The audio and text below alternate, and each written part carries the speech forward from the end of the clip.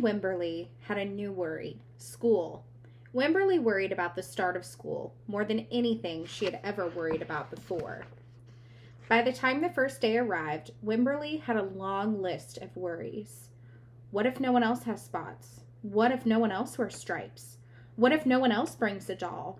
What if the teacher is mean? What if the room smells bad? What if they make fun of my name? What if I can't find the bathroom? What if I hate this snack? What if I have to cry? When I first read this story, and I read this story every single year to my students coming in, one of the first books that I ever read, I feel like I have a lot of kids that worry about what the school year is going to bring, about their teacher, about things that, may happen to them in the new school year. And I think this book is probably one of the most powerful for newcomers or students that are English language learners, because we have a hard enough time expressing our feelings and expressing our worry. And if we can connect to even a fictional character like Wimberly, it makes it a little bit easier to share how we're feeling and to connect with others in our classroom. And so in this story, Wemberly is worried. She's a worrywart. She's a worrier. And it's crazy because I also am a worrier personally. And so I can connect to this book because I was Wemberly when I was a kid. And, it just gives a perspective of,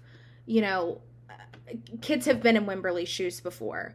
But in the story, Wemberly is a worrywart. She worries about everything. She worries about her birthday party. She worries about if anyone will come to her birthday party. She worried about the playground and the rusty furniture on the playground, the rusty equipment on the playground. And she worried. And she was worried about school. She was worried about, what if something goes wrong? What if, she has an issue with a friend, or what if no one likes her? What if no one likes her name? And in the story, the teacher ends up pairing her with another student who is very much like her, a little bit more reserved, was probably a little bit more worried.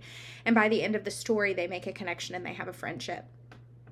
And I could totally see where this book would be perfect for a second language learner, because there's so much good vocabulary in this book, just about feelings in general. And I've had experience with second language learners. I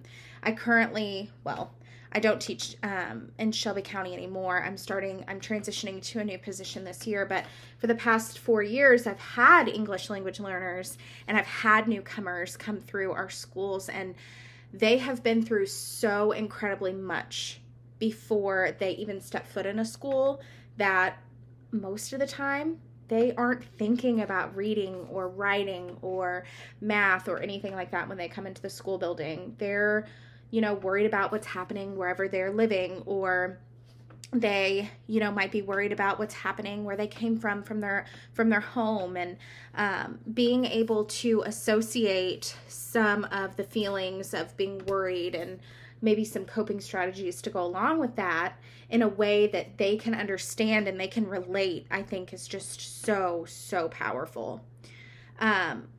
Like I said, I really, really like this book.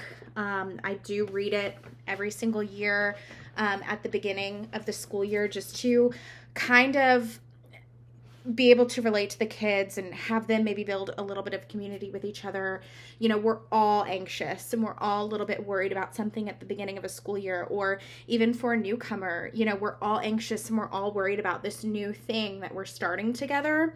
And just being able to have a book that's really, really engaging with really, really great pictures and, great vocabulary words that we can dissect together. It's just very helpful to have something that they can relate to. I could see this definitely being a social emotional lesson that I could use with my students, but then also in small group too. If you have a group of students who are maybe a little anxious about something, or, if you do have a new student who is a newcomer, or a student coming from another school, or whatever it may be, being able to revisit this and, hope that they can form a connection with Wemberly. I definitely want to end with this quote. Before Wemberly knew it, it was time to go home. "Come back tomorrow," called Miss Peachum as the students walked out the door.